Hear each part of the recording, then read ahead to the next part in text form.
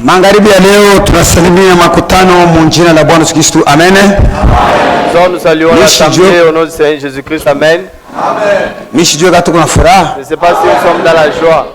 Oui, tunapaswa kuwa na furaha mes bien-aimés. Oui, nous devons être dans la joie, mes frères. Juu tunapasser un moment moya très merveilleux. Nous allons dépasser un moment très merveilleux. Ni kweli ndugu na dada. Un véritable chrétien de nouveau. Anapashi accomplir tous les commandements de Dieu. Il doit accomplir tous les commandements de Dieu. Prière. Maombi. Monekalaka secret de puissance. Il y a le secret de la puissance. C'est là que Dieu répond aux besoins de ses fils et ses filles. Et à partir de la prière. C'est à partir de la prière. Car Dieu avait dit, demandez et vous recevrez. Tafuta utapata. Cherchez, vous trouverez. Il nous a demandé et nous a donné un exemple en disant, vous les gens mauvais que vous êtes, vous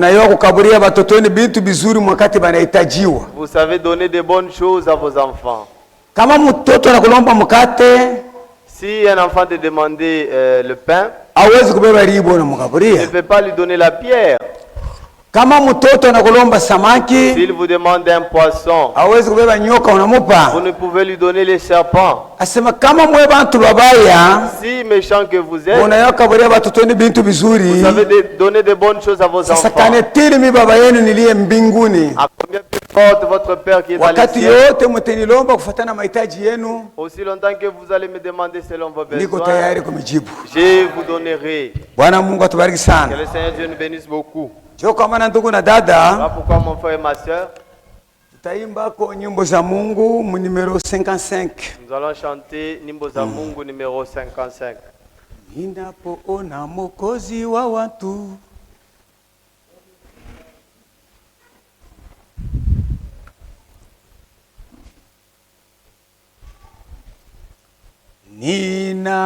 ninapoona Mwokozi wa watu kwa musalaba wa aya na tabu, ninahesabu faida yoyote kuwa hasara kwa ajili yako, nisijisifu kwa kitu kingine kweli ila kwa kufa kwa Kristo Mwokozi.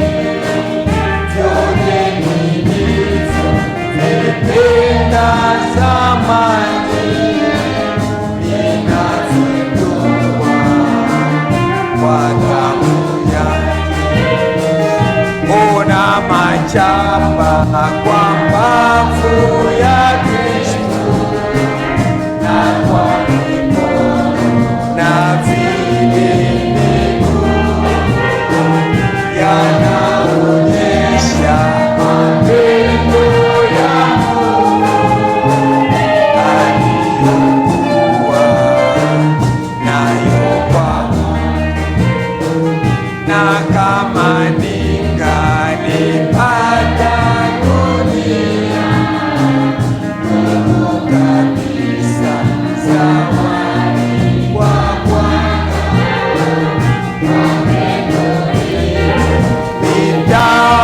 nitamtolea roho, maisha na vitu vyote.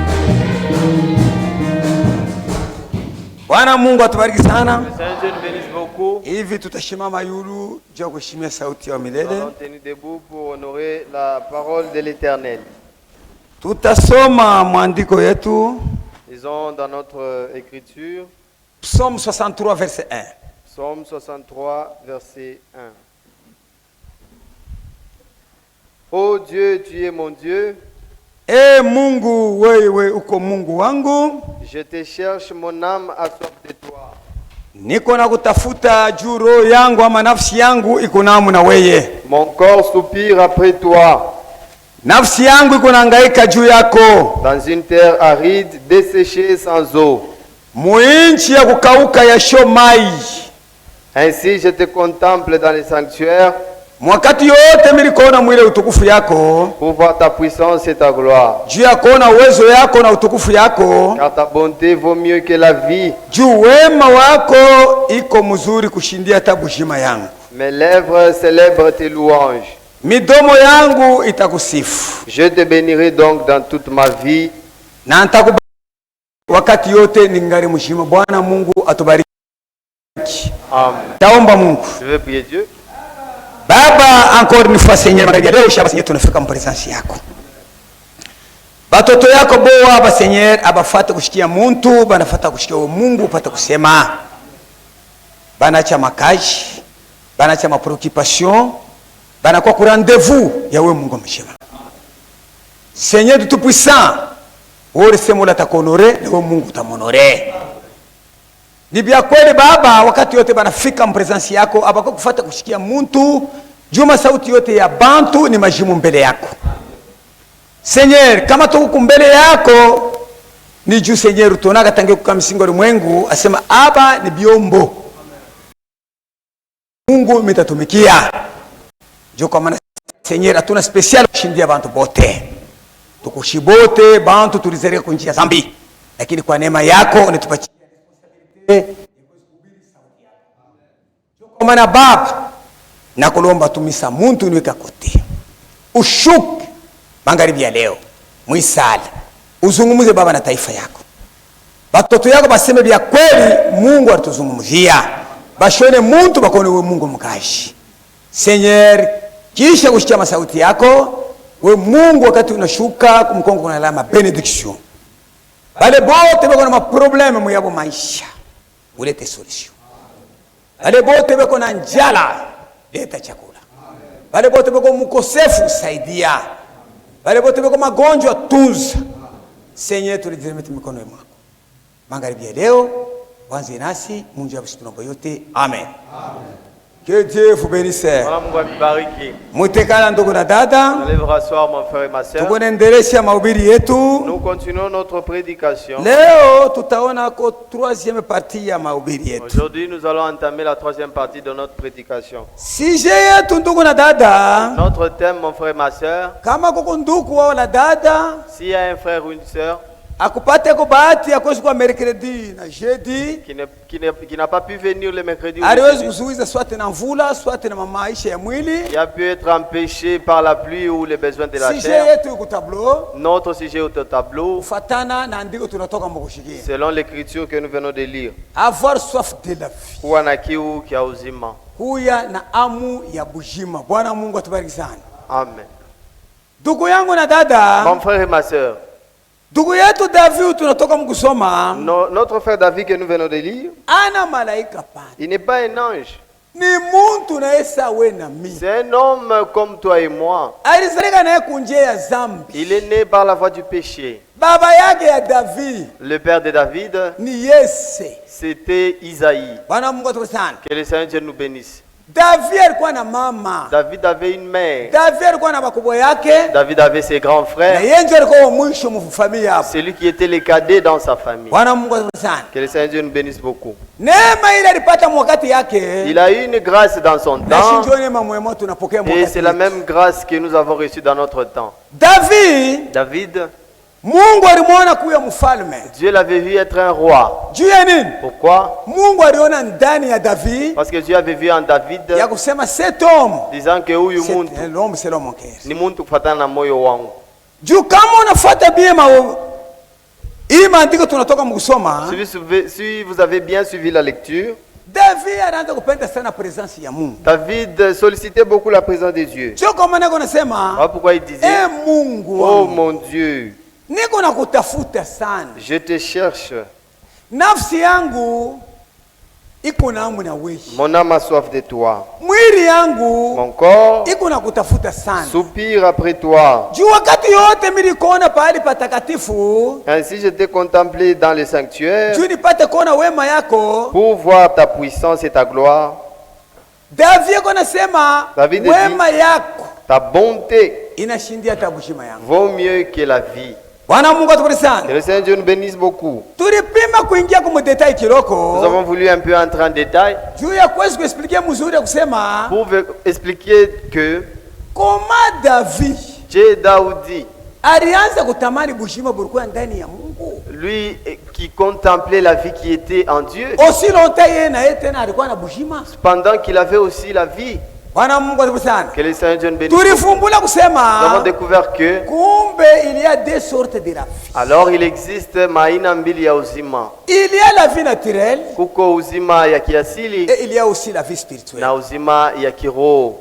La vie naturelle, Uzima ya kiasili c'est la vie des hommes. ni uzima ya watu. La vie spirituelle, Uzima ya c'est kiroho la vie de Dieu lui-même. ni uzima ya Mungu yeye mwenyewe. Tuliona kusema Nous avons vu que hii bujima yetu la vie que nous avons, ni bujima mfupi. c'est une vie courte, Juu muntu anaweza kuonekana leo, car la personne peut paraître aujourd'hui. kesho anako. Après demain, il n'est plus. Sasa David aliangalia Maintenant, David avait vu que bujima ya Mungu la vie de Dieu, ni bujima ya milele. c'est une vie éternelle. Anasema no, Il dit non, mimi napaswa kutamani hii bujima. je dois envier cette Bwana vie. Mungu atubariki sana. Que le Seigneur Dieu nous bénisse beaucoup. Mishi hiyo ndugu yangu na dada, Je ne sais pas, mon frère et ma soeur, wewe unaweza kuwa na amu ya bujima au je? tu peux avoir soif de la vie ou quoi? Jo kwa maana wapendwa, Voilà pourquoi, mes bien-aimés, tulisoma maandiko, nous avons lu les Écritures, tulibeba prophète, nous avons pris les prophètes, tuliona mercredi nous avons vu le mercredi que ndugu yetu mmoja na ye il y a l'un de nos frères alikuwa na ye na amu ya bujima ya milele. qui avait aussi soif de la vie éternelle. Ule ndugu yetu alikuwa Nikodemu. Notre frère là s'appelait Nicodème. Tuliexpliquer mambo ya Nikodemu. Nous avons expliqué le problème qui Unaona mzuri concernait alimfuata Nicodème. Yesu bushiku. Vous savez bien qu'il avait suivi Jésus Juu ya de nuit kumuuliza Bwana, pour lui poser la question en disant, Seigneur, nifanye nini na mimi niriti ufalme ya que mbingu? dois-je faire pour hériter le royaume de Dieu? C'est que ndani ya Nikodemu Donc à Nicodème, kulikuwa amu il y avait la soif ya bujima ya milele. d'avoir la vie éternelle. Nikodemu Nicodème, malgré bintu biliweza kumkomplike, malgré qu'il avait pu être compliqué des fatana vile choses, Yesu alimwambia simenifu teleke mara ya pili, selon que Jésus lui avait dit que tu dois naître de me nouveau. mwisho yote alielewa bintu mzuri. Mais malgré la fin de tout, il avait Na tout compris. Nikodemu comme paradis. Et aujourd'hui, Nicodème se retrouve dans les C'est paradis. notre frère. Ni ndugu yetu. Juu ya nini? Pourquoi? Alisakrifie, alijitoa. Parce qu'il s'était sacrifié. Bwana Mungu atubariki sana. Que Dieu nous bénisse beaucoup. Tuliona tena ndugu yetu moya jana kwa neema ya Mungu vendredi et jeudi. Nous avons vu hier, jeudi, un autre frère. Ule ndugu yetu alikuwa ni jeune homme riche. Ce frère-là, c'était le jeune homme riche. Huyo ndugu Ce frère ici, alikuwa na mali. il avait beaucoup de richesses. Me mali yake Mais sa richesse, aliona kusema il avait vu que iko na mwanzo na mwisho. cela a un début et une fin. Kumbe Alors, nitafuteko je dois chercher huyu mtu wakati mimi namupata l'homme, si je le trouve, na mimi nipate kwa occasion que je puisse ya avoir kuweza kupokea tena bushima ya milele. une occasion de trouver la vie éternelle. Ule ndugu alipatana na Mungu, Ce frère-là s'était rencontré avec Dieu. Mais, heureusement, kwaeli, kwaole, alimurejete Kristo. il a rejeté Christ. Juu ya nini? Pourquoi? Ye macho yake Ses yeux asikuvize n'étaient pas visés, kuinvestiri maisha yake muroyomi ya Mungu. n'étaient pas basés sur l'investissement Jushiko dans le royaume atatoka des hapa cieux tenda kuikuta. pour qu'il puisse retrouver cela après son départ sur la terre. Yeye anaanza kuvize mali yake pa hii dunia. Lui, ses yeux étaient basés sur les richesses de ce monde. C'est pourquoi maandiko ile tukanamusha Voilà inasema pourquoi les Écritures nous avaient dit, dans disant, Matthieu chapitre 6 verset 19. dans Matthieu 6, 19, Maandiko yanasema les Écritures disent, mushiweke mali yenu pa dunia. ne vous amassez pas des trésors sur la terre. Jueni. Pourquoi? Pa dunia peko babandi. Sur la terre, il y a des voleurs. Pa dunia peko nkutu. Sur la terre, il y a la rouille. Peko makalo. Il y a les termites Inaweza kuharibu mali yako. qui peuvent détruire ta richesse. Maandiko yanasema Les Écritures disent, muinvestiri mali yenu kumbingu. amassez-vous des trésors au ciel Kumbingu akukalake bangivi.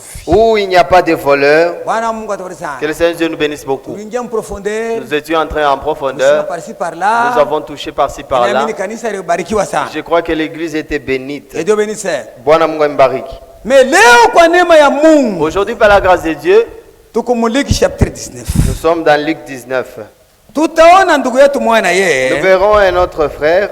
Huyu ni Zachi, l'homme d'affaires. Il s'appelle Zaché muntu wa biashara. Et Dieu bénisse. Bwana Mungu ambariki. Tutasoma mbele Luc chapitre 19. Nous allons lire Luc 19. Et puis tutaendelea. Après quoi, nous allons continuer. Luc chapitre 19 verset 1. Jésus étant entré dans Jéricho, traversait la ville. Bwana wetu Yesu Kristo aliingia mu Jericho wakati mwile mkini. Et voici un homme riche appelé Zachée, chef des publicains. Kulikuwa muntu mwa mutajiri sana jina yake Zachée, mtoza kodi. Cherchait à voir qui était Jésus. Na yeye anaanza kutafuta aonane na Yesu. Huyu Yesu ni nani? Mais il ne pouvait y parvenir à cause de la foule. Hakukuwa namna kuweza kumuona juu ya makutano. Car il était de petite taille. Juu alikuwa muntu mfupi mumwili. Il courut en avant et montant sur un sycomore. Savile aliyosema huyu bwana atapita njia, aliwezi kukimbia mbio anaenda kupanda kumuchi. Pour le voir. Juu apate kukumona. Parce qu'il devait passer par là. Juu Yesu alipaswa kupitia ile njia. Lorsque Jésus fut arrivé à cet endroit, wakati Yesu anaanza kupitia mwile njia, il leva les yeux et lui dit, akanyanyua macho yake anamwambia, Zachée, Zakayo, hâte-toi de descendre, shuka weye, car il faut que je demeure aujourd'hui dans ta maison. Juu leo mimi napasha kudumu mu nyumba yako. Zachée s'est hâta de descendre. Zachée akashuka, et le reçut avec joie. Akamupokea kwa furaha. Voyant cela, mukona vile, tous murmuraient et disaient, bantu banamukini banaanza kumirimire na kusema kani. Il est allé loger ce jeune homme pécheur. Anga leo muntu anaenda kuingia kwa nyumba ya mtenda zambi. Mais Zachée se tenant devant le Seigneur lui dit, lakini Zachée alikuya kumbele ya Bwana anaanza kumwambia, voici Seigneur, je donne aux pauvres la moitié de mes biens. Tazama Bwana wangu, sasa hapa mimi naanza kubeba mali yangu na kukaburia ba maskini. Et si je fais tort de quelque chose à quelqu'un, kama milibeba kintu kwa muntu kwa nguvu, kubunyang'anyi, kubwishi, kububandi, kama milikosea muntu, mimi napasha kumrudishia mara 4 fois 4. Je lui rends les quadruples. Mitampatia mara 4. Jésus lui dit, Yesu akamwambia, le salut est entré aujourd'hui dans ta maison. Okovu leo Zachée inaingia mu nyumba yako. Parce que celui-ci aussi est un fils d'Abraham. Juu huyu na yeye ni mtoto wa Ibrahimu. Car le Fils de l'homme est venu chercher et sauver ce qui était perdu. Juu mwana wa mtu alikuwa kutafuta na kokoa ule anesha kupotea. Ils écoutaient ces choses. Wakati alisikia maneno hii, et Jésus ajouta une parabole. Na Yesu akasema tena, parce qu'il était près de Jérusalem. Bwana Mungu atubariki sana. Que le Seigneur nous bénisse. Je pense que chacun de nous a bien suivi cette lecture. Ndugu yangu na dada, mon frère et ma soeur, il faut que tu tirer attention mu mambo inaangalia wokovu. Vous devez tirer attention sur ce qui concerne le salut. Mambo ya Mungu, l'affaire de Dieu, inachana na mambo ya bantu, est différent des affaires des hommes. Mambo ya bantu, les affaires des hommes, inabakia ya bantu, restent des hommes. Iko na mwanzo itakuwa na mwisho. Cela a un début et une fin. L'homme peut parler et après quoi il change. L'homme peut parler et les paroles de l'homme donnera la mort. L'homme peut parler après quoi tout ce qu'il disait tombe à l'eau. Mais lorsque Dieu parle, vous devez tirer attention. Car Dieu n'est pas un homme. Notre Dieu, Mungu wetu, il a créé seulement un homme à son image. Aliumba tu muntu kwa picha yake. Mais Dieu ce n'est pas un homme. Kwa lakini Mungu yana muntu. Juanze kuwaza sawa vile wewe na mimi tunawaza. Pour qu'il puisse penser comme toi tu penses. Jamais. Hapana. Mungu ni baba. Dieu est un père. Utukufu yake, sa gloire, inapaswa kuiongopa sana. Vous devez beaucoup craindre sa gloire. Angalia iandiko. Regardez cette écriture. Cet homme Zachée, kama mimi nasoma commentaire ya prophète, si je lisais le commentaire du prophète, bibi yake, sa femme, n'est pas mentionnée dans la Bible. Mais à partir du message, nous connaissons même la femme de Zachée. Sa femme s'appelait Rebecca. Cette femme Rebecca, elle était une croyante. Elle priait pour son mari concernant cette vie qu'il menait. Vous avez écouté le témoignage de Zachée, n'est-ce pas? C'était un mauvais témoignage.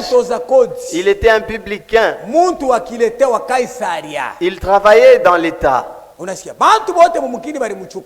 Tout homme les haïssait dans la ville. Pourquoi? De la façon dont il tranchait les problèmes, ce n'était pas conformément avec les Écritures. Car le jugement que l'État doit employer, utiliser, c'est la Bible. Car les Écritures disent l'État est le serviteur de Dieu. Que le Seigneur Dieu nous bénisse. Dans la chair. Car Dieu savait que sur la terre il y aura des malfaiteurs, il y aura des bandits. Voilà pourquoi il a établi l'État. Mais notre frère ici, son jugement n'était pas conforme aux Écritures. Comme lui il était païen, il regardait à l'argent. C'est vrai, il avait beaucoup d'argent.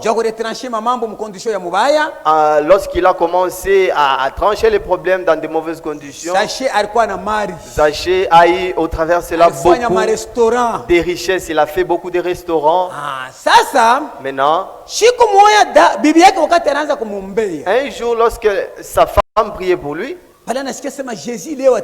lorsqu'il a entendu disant que Jésus entrera dans Jéricho, la femme priait beaucoup pour son mari. Que le Seigneur nous bénisse beaucoup. Écoutez le commentaire du prophète. J'espère. Bon. Rebecca avait vu que elle tenait beaucoup à son mari et à tiendre une fois. Rebecca. Elle tenait beaucoup à ce que son mari se tenait une fois là à Jésus de Nazareth. Elle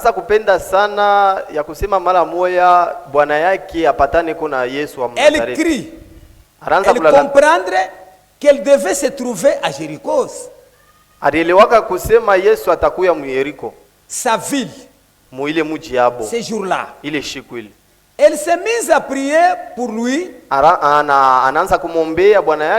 J'espère ici il y a beaucoup de Rebecca ici ce soir. Et que vous priez à votre mari. Afin qu'un jour Jésus passait par ce chemin. Elle avait prié toute la nuit. Et maintenant, nous dirions que Zachée avait d'habitude de se lever plutôt en retard.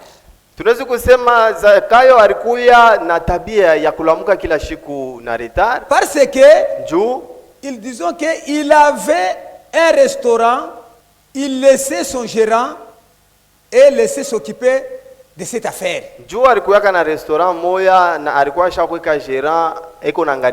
Mais ce matin-là, elle se levait trop tôt. Elle s'est très bien arrangée et mise à meilleurs vêtements. Écoutez, Rebecca, quand vous voyez cela,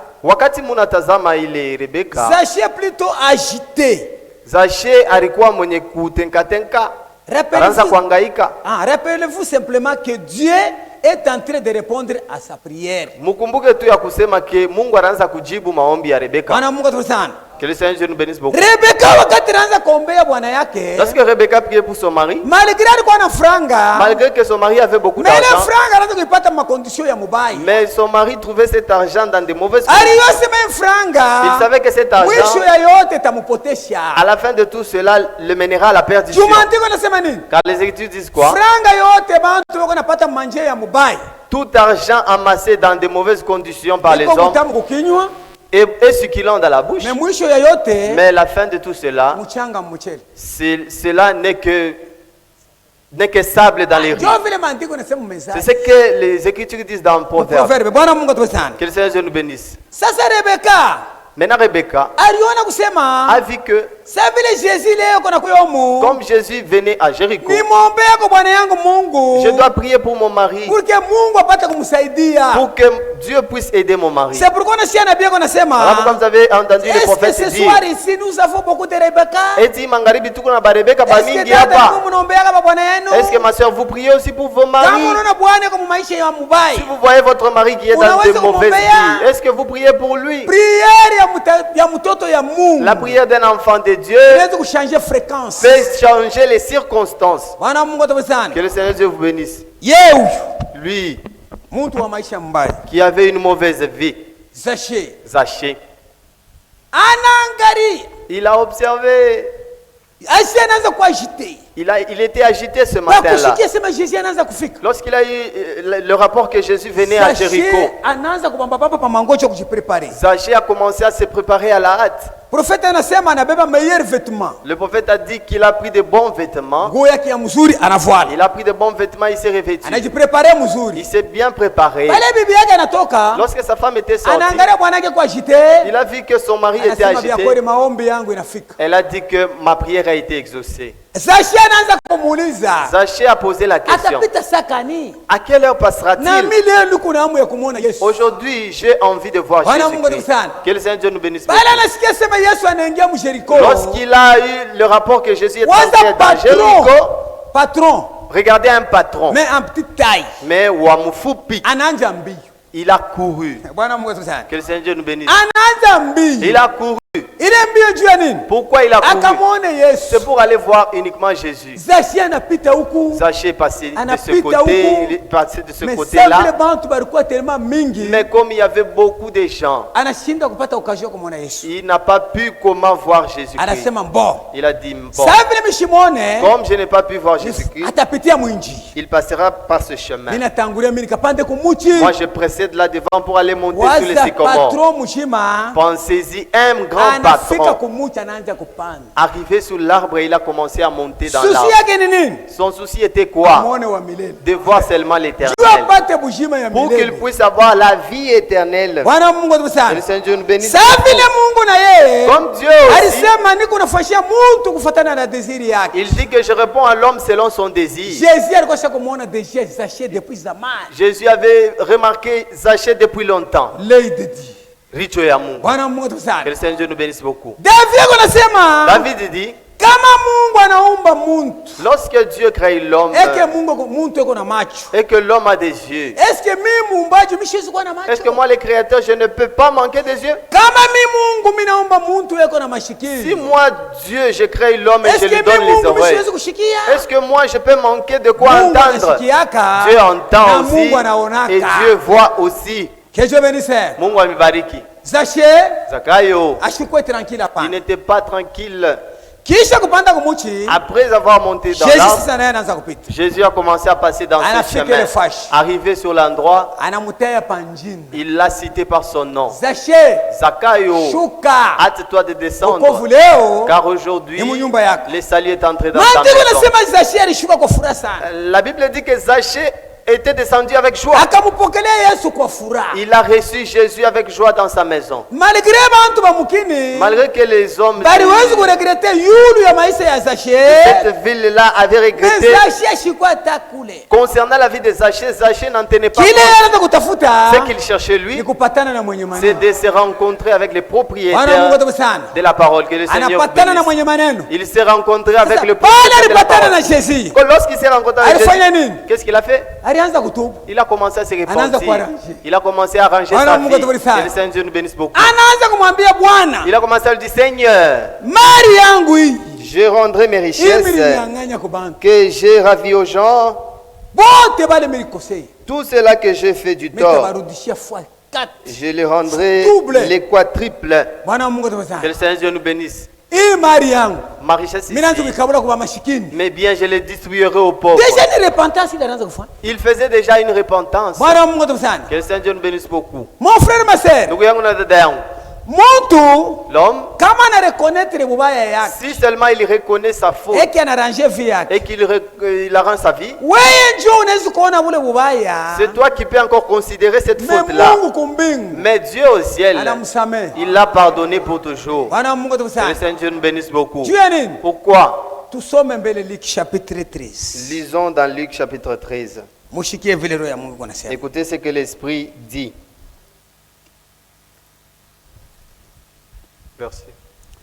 Verset 1.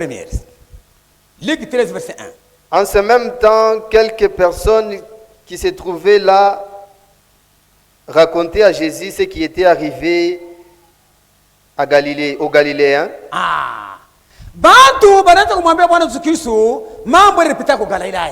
Dont Pilate avait mêlé le sang avec celui de leur sacrifice. Il leur répondit: croyez-vous que ces Galiléens soient des plus grands pécheurs que tous les autres Galiléens?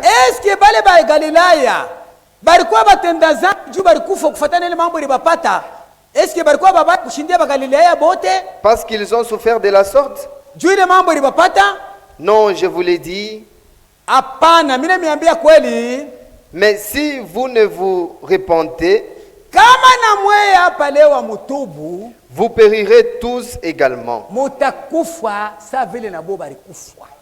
Ou bien, ces 18 personnes sur qui est tombée la tour de Siloé et qu'elle a tué, croyez-vous qu'elle soit plus coupable que tous les autres habitants de Jérusalem?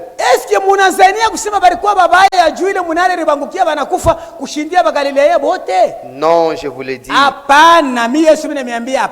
Mais si vous ne vous repentez, vous périrez tous également.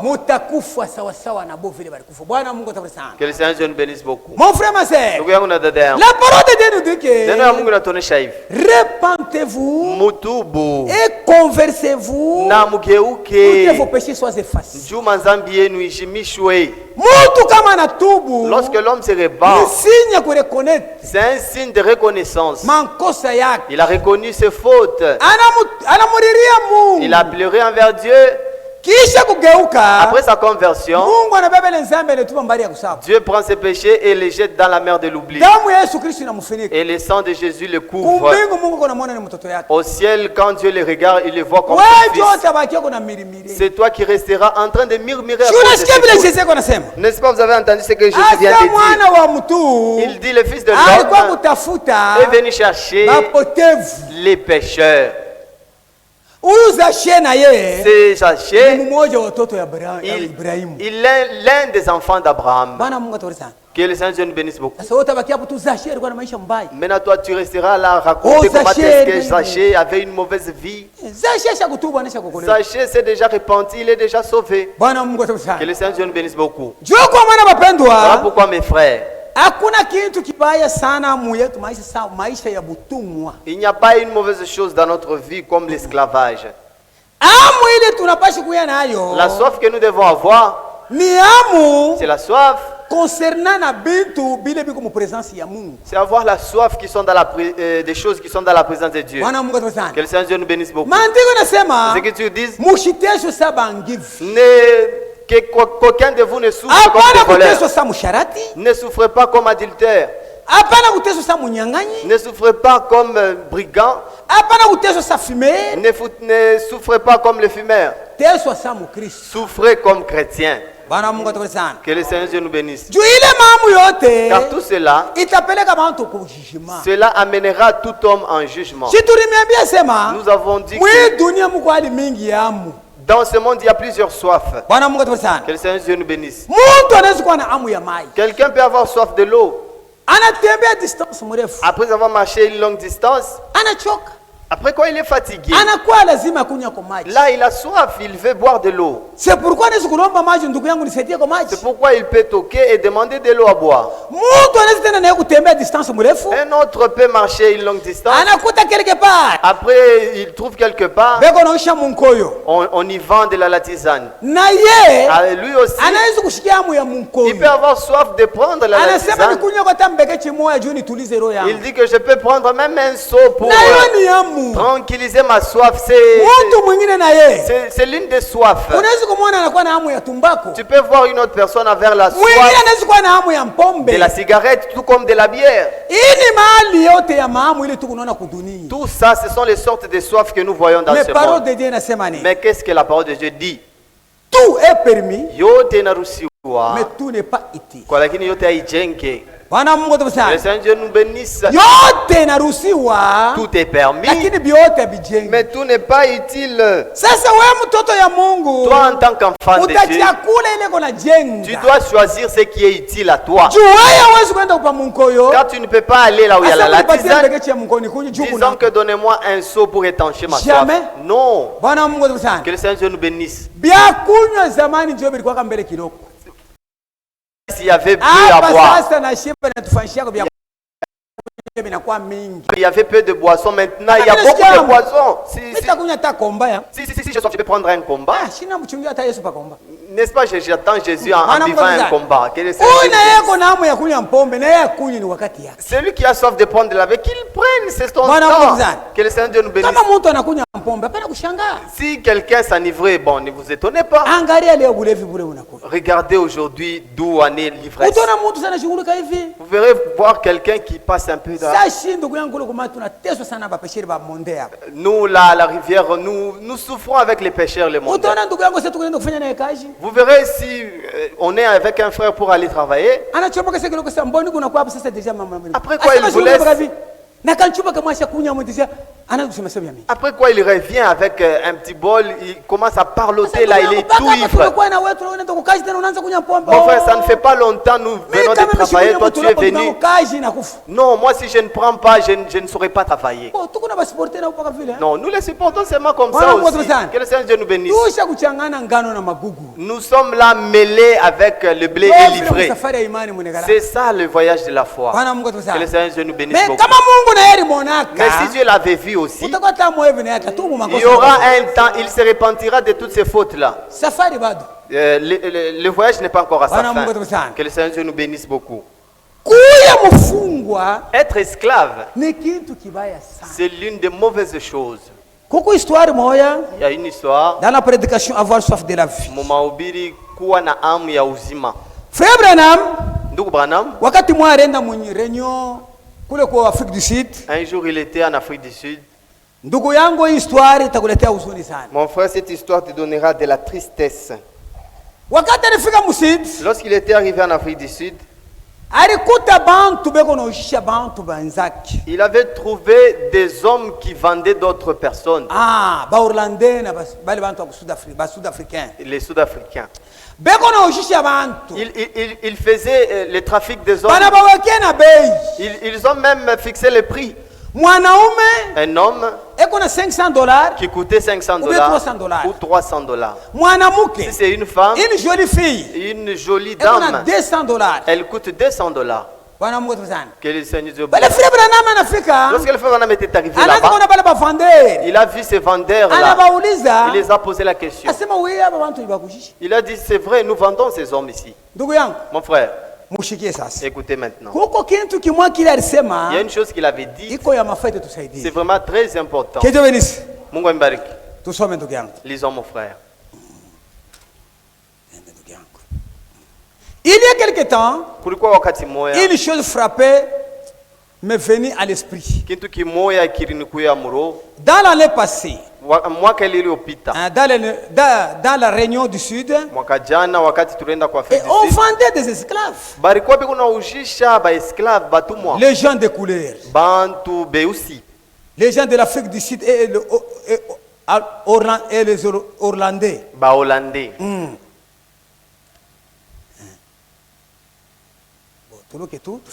Sautons un peu. Un jour, siku moya, un vendeur vient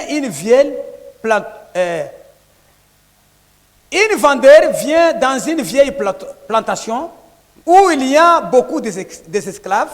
Muzishaji moya anakuwa mshamba moya hivi mule murikuya batumwa bamingi. L'esclave qu'on avait amené là-bas était triste. Ule mutumwa baletaka mwile shamba alikuwa mwenye huzuni sana.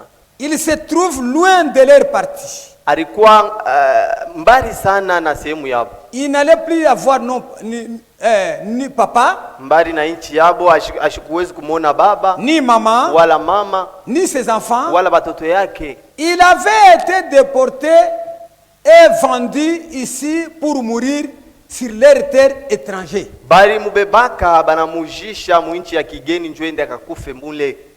Et il était triste. Na alikuwa na huzuni sana. Bien de fois pour les amener à travailler, juu bari baletaka njoo ya bo batumike. On prenait le fouet, baranza kubeba mfimbo, on le fouettait beko na bapika pour les amener à travailler. Juu baba sukume batumike. Et il réprimandait sans cesse. Na baranza kubakemea bila kuchoka.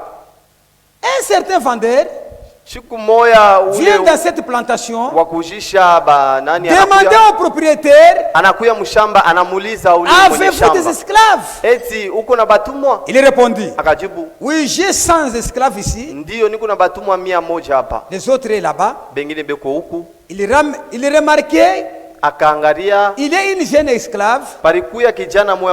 Il ne semble différence avec les autres. Et on n'avait pas beaucoup besoin de le fouetter. Il marchait droit. Et le menton relevé et ses épaules redressées, prêt à tout. Le menton relevé, prêt à tout faire. Et encourager les jours les autres en disant, redressez-vous à travailler, mon frère, ma sœur.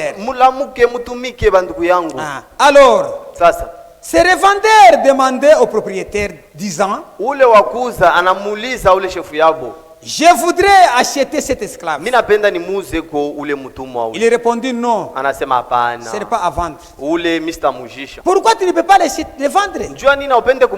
Mais c'était un esclave.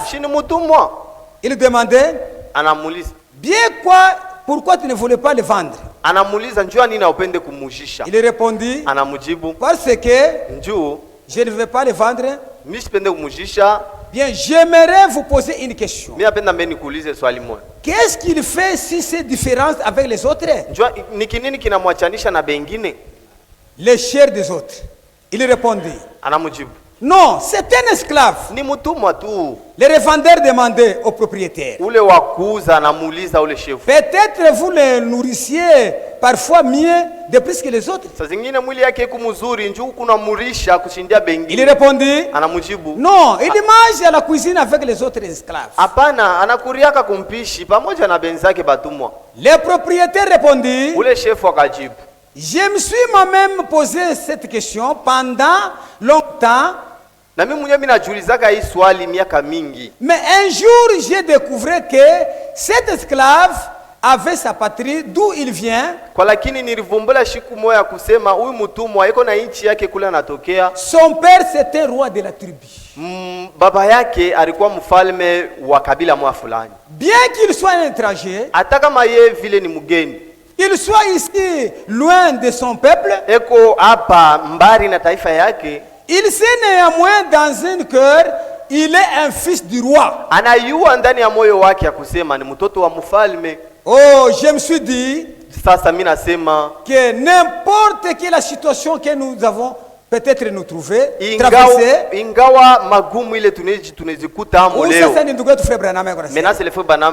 peut-être dans toutes les situations que nous avons trouvées, et que ce soit les épreuves, que ce soit les chagrins, que ce soit les persécutions, on se moque de nous, on ridicule, quel genre de personnes nous devions être Nous sommes des fils du roi. Ingawa tukue bantu banamna gani tuko batoto ya Bien bafalme. que nous soyons dans un monde horrible. Hata kama tuko mui dunia ya mubaya. Bien que nous soyons dans un endroit où nous sommes très haïs. Hata kama tuko mufashi mule beko natuchukia sana. On se moque de nous. Beko natuchekelea. Cependant, japo nous savons que nous sommes les fils du roi. Tunayua tu ya kusema tuko batoto ya mfalme. Je pense que mina wazia hivi. C'est ridicule. Ni yaole sana. Et honteuse avoir du fils du roi. Na ya aya kona mtoto wa mfalme. De porter des genres de vêtements et des habits. Anze kuvala mamanguo ya hivi. Car juu quand je vois le fils du roi fumer, nikimwone mtoto wa mfalme eko nafuta de la cigarette, eko nafuta ile tumbako, boire du whisky, eko nakunya whisky, un petit verre de bière, anabeba ko verre moja ya mpombe, comme c'est indigne du fils du roi. Ile haistahili na mtoto wa mfalme wa kumbingu. Notre père est riche en maison et en terre. Baba yetu ni mutajiri mu manyumba na mafasi. Il se tient la richesse de ce monde dans sa main. Anabeba utajiri yote ya hii dunia mu mikono yake. Du rubis, ya ribi, du diamant, ikwe diamant, l'argent, ikwe feza, l'or, ikwe dhahabu. Son coffre sont remplis de richesses imminentes. Kofre yake inajazwa na mali ya utele. Bien combien nous sommes pauvres ici. Ingawa mara ngapi tukue ba maskini hapa. Vous devez être esclave. Munapashi kwa batumwa. Combien le monde vous critique. Namna gani dunia anze kumizarau. Dit n'importe quoi devant vous. Munamna gani mbele yenu. Mais de l'autre côté de la terre,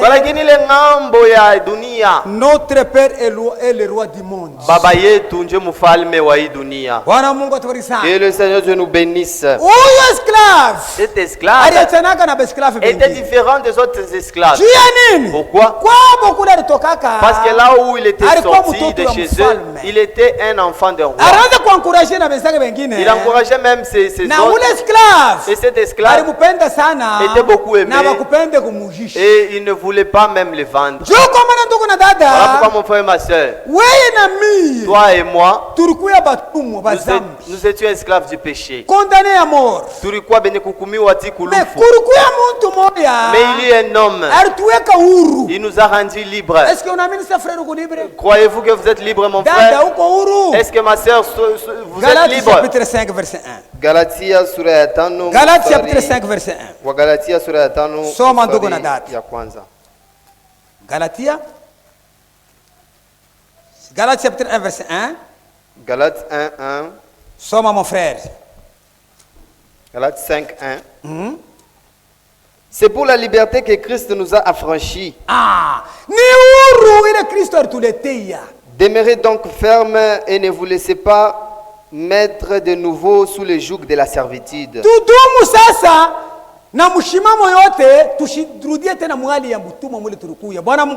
Amen. Soma tena Jean chapitre 8. Jean 8, Yohana verset 31. Mstari ya 31. Banatuambia sema Kristo atuweka tukue huru, libre. On nous a dit que Jésus nous a tushirudie tena mwali ya butumwa. Que nous ne soyons plus sous le joug de la servitude. Verset 31. Et il dit aux Juifs qui avaient cru en lui. Les Juifs qui parlaient au Jésus, si vous demeurez dans ma parole, vous êtes vraiment mes disciples. Vous connaîtrez la vérité et la vérité vous affranchira. Ils lui répondirent, nous sommes la postérité d'Abraham et nous ne fûmes jamais esclaves de personne. Comment dis-tu que vous deviendrez libres? En vérité, je vous le dis, leur répliqua Jésus. Quiconque se livre au péché est esclave du péché. Le Seigneur Dieu nous bénisse beaucoup. Le salaire du péché, mshahara ya zambi c'est la mort. Ni mauti. Mais le don gratuit de Dieu, walakini zawadi ya bure c'est ya la vie Mungu éternelle en Jésus-Christ. ni uzima wa milele ndani ya Yesu Kristo. Bwana Mungu atubariki Que sana. le Seigneur nous bénisse beaucoup. Bujima ndugu na dada, La vie, mon frère et ma sœur, buko ndani ya Yesu Kristo. est dans le Seigneur Jésus-Christ. Tulisoma maandiko. Nous avons lu les Écritures. Bujima buko ndani ya Baba. La vie est dans le Père. Baba na yeye bebe bujima. Le Père a pris cette vie Anabweka ndani ya mwana et l'a wake. transmis dans son Fils. Jean chapitre 3. Jean chapitre 3, Maandiko nasema la Bible dit, Mungu alipenda ulimwengu. Dieu a tant aimé le monde, Alituma mwana wake wa il a pekee. envoyé son Fils unique, Kusudi wote wale atamwamini afin que asipotee, quiconque croira en lui ne périsse point, lakini apate bushima mais qu'il milele. ait la vie éternelle. Bushima ya La vie milele éternelle buko ndani ya mwana wa Mungu Yesu Kristo. est dans le Fils de Dieu qui est Jésus-Christ. Ndio kwa maana ndugu na dada, Voilà pourquoi, mon frère et ma soeur, kama Mungu anatokoa shi, si Dieu nous sauve, nous, muyo kusema reconnaissez que tunapaswa kuwa na mapendo ya Mungu alitupatia muamri ya kwanza. nous devons avoir l'amour que Dieu nous a recommandé dans le premier Amri kupi commandement. balituachie. Il y a un nouveau commandement qu'on nous a légué. Aimez-nous les uns les autres Tupendane pamoja na bengine. comme je vous ai aimé. Sa vile mimi nilipenda. Mungu alitupenda. Dieu nous a aimés. Kama kuko kiumbe S'il y a une créature, parmi ya viumbe vyote Mungu parmi aliumba, toutes les créatures que Dieu a créées, kile kiumbe Mungu anapenda la sana seule créature que Dieu a beaucoup aimée, ni mtu. c'est l'homme. Kama tena kuko kiumbe S'il y a aussi une créature kiko na mkomplikie tellement Mungu sana qui ne cesse de casser la tête à Dieu, ni mtu. c'est l'homme. C'est pourquoi Mungu Voilà pourquoi Dieu, eko tuvumilie. il nous patiente. Bwana Mungu atubariki sana. Mungu eko natuvumilia. Il a de la patience envers nous, mon frère, ma soeur. Kama Mungu eko natuvumilia, Lorsque Dieu nous patiente mara encore, ngapi shina shitushinda kuvumilia kwa wengine? à combien plus forte devrions-nous patienter aussi envers les autres? Tunapaswa kuvumiliana mmoja na Nous mwingine. devons nous supporter les uns les autres. Mungu eko capable wa kuya hata lewe. Dieu est capable de venir même aujourd'hui. Mais maandiko nasema Les Écritures disent, kukawia kwa Mungu, il use de patience, kukawia kwa Bwana wetu Yesu Kristo de la patience de Jésus-Christ. ndio wokovu yetu. C'est notre salut. Jua angalia kama anakuya leo. Regardez s'il venait seulement Est-ce que aujourd'hui. c'est vrai hapa tuteneana? Est-ce que nous irons, nous tous ici? C'est vrai maisha tuko na ndugu na tatu tuteneana. Avec cette vie que nous menons, est-ce que nous irons? Bwana Mungu tuzana. Que le Seigneur Dieu nous bénisse. Tushibakie tu mpaka kuliwazia. Ne soyons pas Oh, là à nous comme commencer Christ. à s'imaginer. Oh, nous comme Christ. Non, je suis chrétien, Na je suis bien chrétien. wanasema, Le prophète dit ceci Mulakization. dans l'accusation. Asema Il dit, nous tous Shibotab, nous affirmons être épouses de Christ. Shibote tuko najihakikishia kusema tuko Mais bibi harusi wa pourtant Kristo. nous sommes infidèles. Japo tuko bashio kuamini. À quoi considérer cette infidélité? Tunawezi kuisema je ile kutokuamini? Amener une vie Ni kuishi maisha qui est au contraire ile à la inapingana discipline que Dieu a établie dans son église, na utaratibu ile Mungu aliweka mkanisa yake. selon laquelle son église doit vivre. Kufuatana na ile kanisa inapashi kuishi. Mungu ako na manjia yake. Dieu a ses propres voies Mule shi tunapaswa kufuata juu tupate bushima milele. dans lesquelles nous devons y marcher afin de recevoir la vie éternelle. Mbingu ni ya batakatifu. Le ciel appartient aux saints. Mungu ni mtakatifu. Dieu est saint. Kichafu hata kimoya Il kitengi. n'y aura aucune chose de souillée qui entrera là-bas. Bwana Mungu Que le tusana. Seigneur Dieu nous C'est bénisse. pourquoi balituachia Bible. Voilà pourquoi on nous a légué la Bible. Ndio ipate kutupurifier. Que cela puisse nous purifier à chaque instant. Que cela puisse nous sanctifier. Bwana Mungu Que tusana. le Seigneur Dieu nous bénisse beaucoup. Kama unasoma maandiko mu Isaya Si vous 55. lisez les Écritures dans Isaïe 55, Bwana wetu Yesu Kristo alisema, notre Seigneur Jésus-Christ avait dit, venez aux eaux. Mukuye kumaji, Venez vous tous. mukuye mwebote, Sans argent, pasho makuta, sans rien payer. bila kulipa kintu Juu ya atakiya. nini tuende kumai? Pourquoi devrions-nous aller aux Juu eaux? mtu kama kuna buchafu anakimbiliaka kumai. Parce que lorsque l'homme est sale, il s'en Juu va kama aux eaux. ananawa, Lorsqu'il va se buchafu laver, yote mnawakiria il mumai. sera purifié par cette eau-là. Bwana Mungu Que tumsana. le Seigneur Dieu nous bénisse beaucoup. Tusome tena mu Jean chapitre 8. Lisons dans Jean 8. Jean chapitre 7 verset 37. Jean 7, 37. Ah, ushike vile Jésus Kristo konasema. Écoutez ce que Jésus dit. Le dernier jour, le grand jour de la fête de Jésus, Ile siku ya karamu Bwana wetu Yesu Kristo, Jésus se tenait debout, Yesu akashimama akapaza sauti, s'écria, akalalamika. si quelqu'un a soif, qu'il vienne à moi et qu'il boive. Ule wote kona amu akuye kwangu akunywe. Celui qui croit en moi, Des fleuves d'eau vive couleront de son sein comme dit l'Écriture. Que le Seigneur Dieu nous bénisse. La source d'eau vive, est-ce que cela peut tarir? Ce qu'on appelle source d'eau, est-ce que cela peut tarir? Dieu compare cela avec l'homme qui croit à sa parole. Que le Seigneur Dieu nous bénisse beaucoup. Il sera un véritable chrétien. La chrétienté n'est pas le nom, mon frère. Comme nous le voyons aujourd'hui, chacun se prétend être chrétien. Non, tu ne peux pas refuser à l'homme s'il s'appelle chrétien. Oui. Mais la chrétienté, c'est la vie. Que le Seigneur Dieu nous bénisse. Être chrétien, c'est vivre correctement avec toute totalité de la parole de Dieu. En d'autres termes, être chrétien, c'est avoir vie qui est semblable à Jésus. Jésus, c'est la parole. Que le Seigneur Dieu nous bénisse beaucoup. Si nous disons que nous aimons Jésus, nous devons suivre sa parole. Que le Seigneur Dieu nous bénisse. Lui-même s'était tenu debout. Il a posé la question au monde. Qui de vous me convaincra du péché? Est-ce que tu peux dire ça aussi, mon frère? Nous devons aussi dire ça, mon frère. Me tenir seulement dans les quartiers. Me tenir devant le nombre de gens que je connais. Et que je leur pose la question, qui de vous me convaincra du péché? Est-ce que ma soeur, tu peux dire ça? Tu peux poser cette question, mon frère. Si tu... Il y a quelque chose qui ne va pas.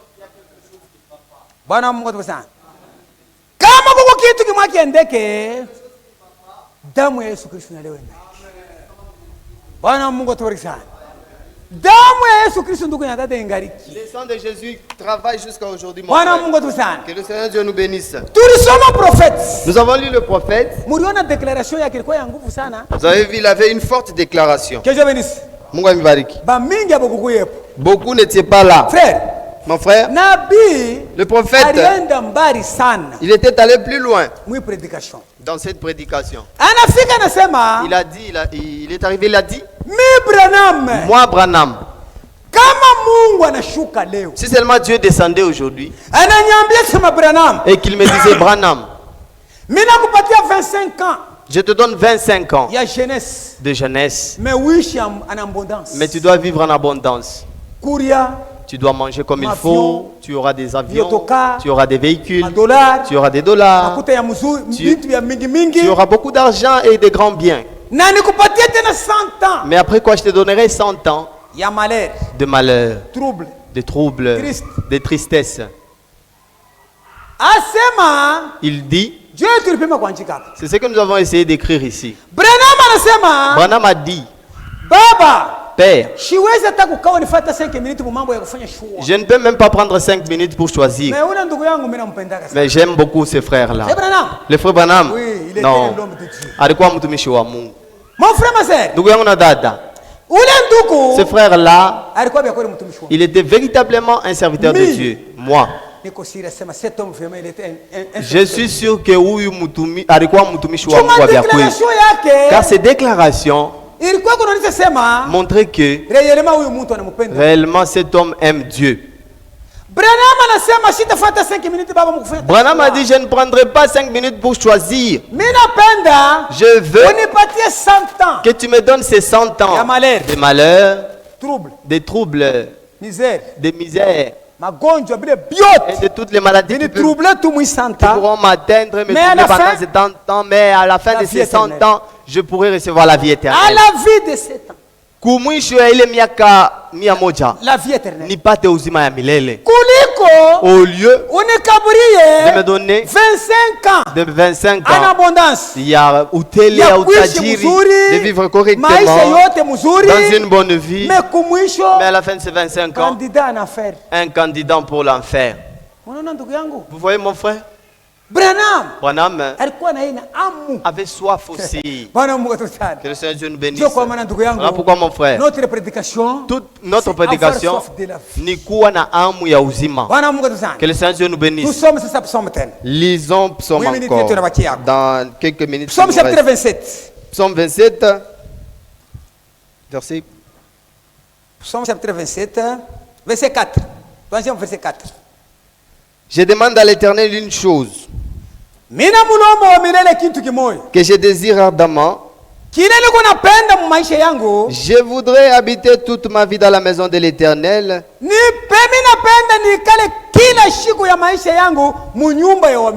pour contempler la magnificence de l'Éternel. Que le Seigneur Dieu nous bénisse beaucoup. Mungu amibariki.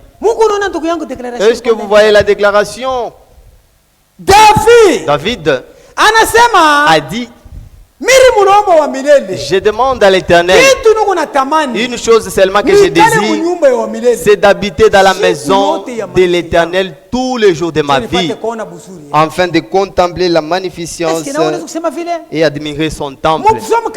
Tu peux dire ça dans Psaume 42. David dit, comme une biche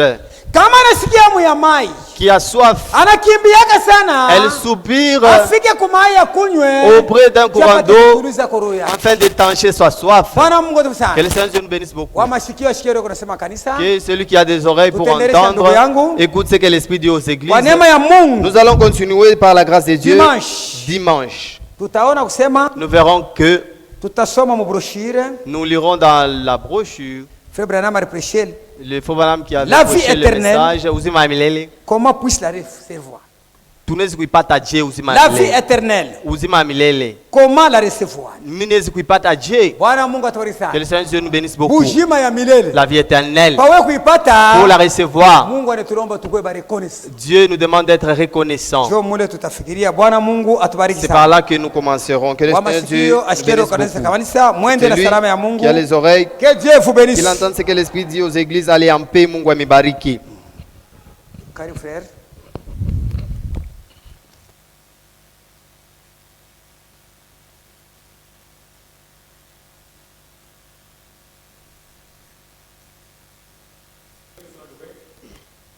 Il ne peut pas y avoir la soif de quelque chose si cela n'existe jamais.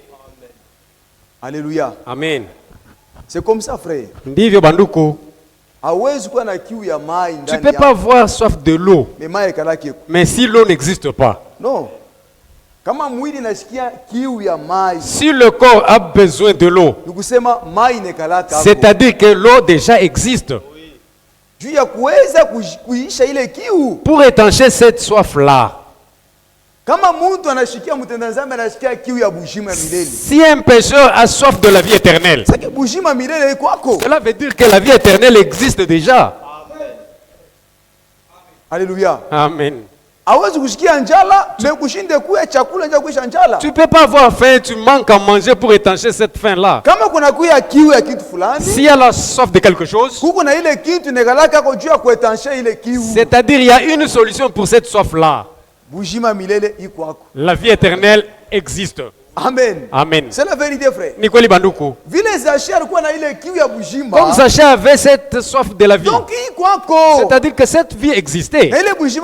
Et cette vie éternelle, c'est juste croire en Jésus-Christ. Ne le croyez pas ça pour autant avoir la soif.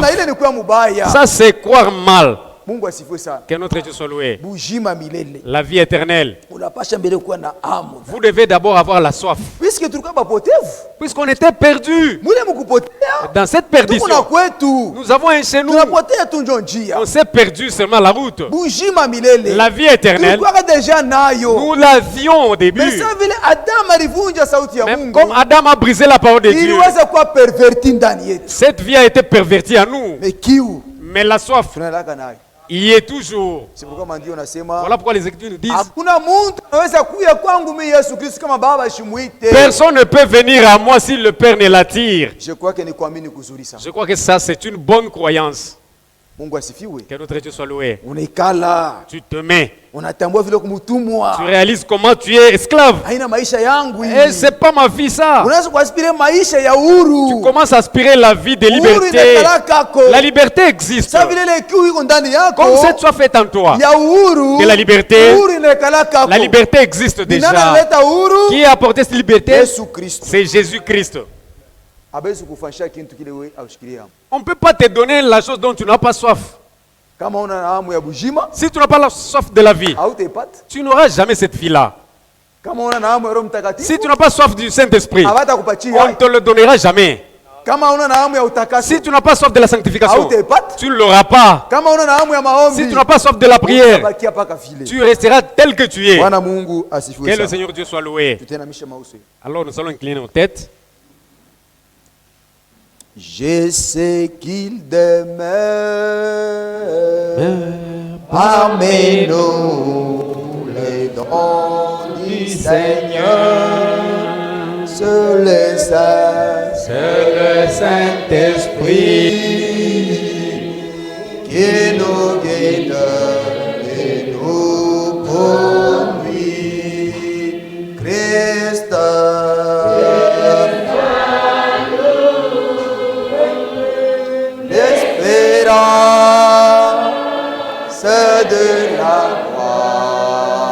De la gloire, nous serons vainqueurs à jamais. Louons tous les pères pour la vie qu'il nous a donnée. Restons fidèles à son nom, car il est bon. Christ,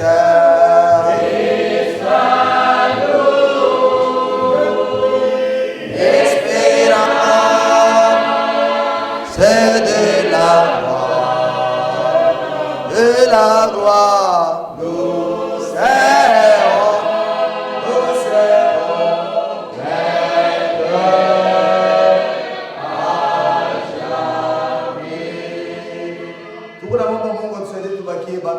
Nous demandons à Dieu qui nous aide à rester fidèles. À cause de la vie qu'il nous le remercions pour la vie qu'il nous a accordée. Comme tu crois en Jésus-Christ, tu étais dans l'éternité. Remercie.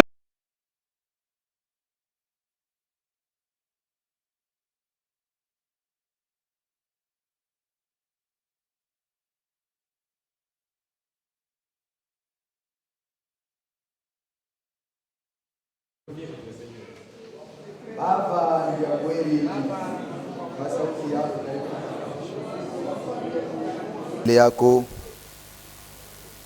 kwa kuweza kutufunulia yako magharibi ya leo. Siri inaangalia bujima milele, ni siri munene sana. Muntu vraiment wakati anaokolewa atatambua kusema ni neema mkubwa na mfanisi. Tunasema hivi kwa kuweza kushikia habari ya wokovu inaangalia Zashe, upendo wetu. Alitutangulia, alikuwa na maisha ya mubai, haikuanza kupendeza bantu hata mara moja. Hakuna mtu anaweza kuwazia kusema Zashe anaweza kuokolewa. Bantu walikuwa basha kuweka deja istari, wanatia point ku yake maisha. Seigneur, mais ça vile mu programme yako alikuya kama urumujua akasema ni mtoto ya Abraham. Wakati yake Irinea urumuita Seigneur, na aliamini, alipata bujima ya milele. Kama tunaangalia mu wakati yake kurukuya bantu walikuwa na maisha mzuri, baraza kuishi kufuatana na sheria, ilikuwa ni bakowani wote bidole muyabo maisha mejapo kwa vile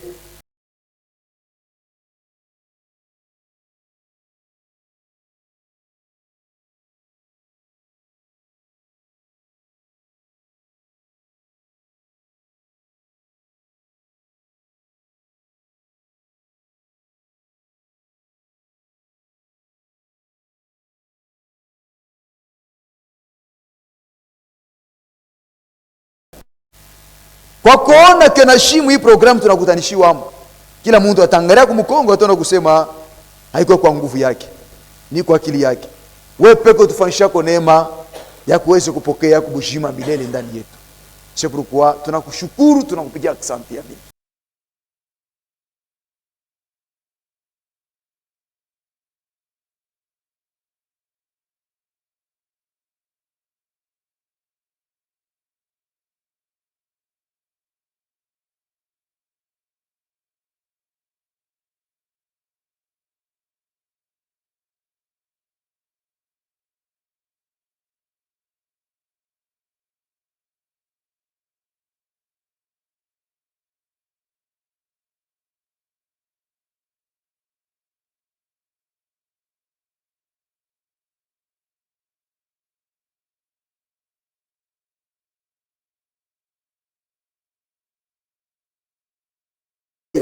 Asa mimi napenda ile kuishi miaka saa ya furaha, ya bitoko, ya afya njema, ya shokumisha kichwa.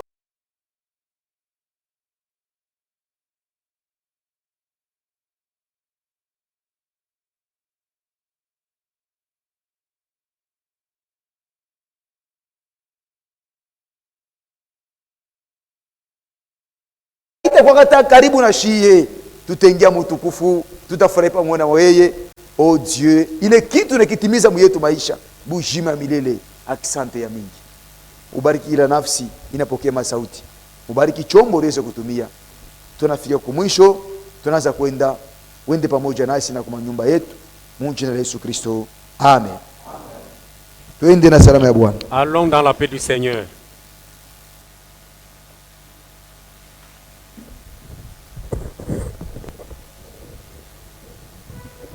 Des 174 au coffre.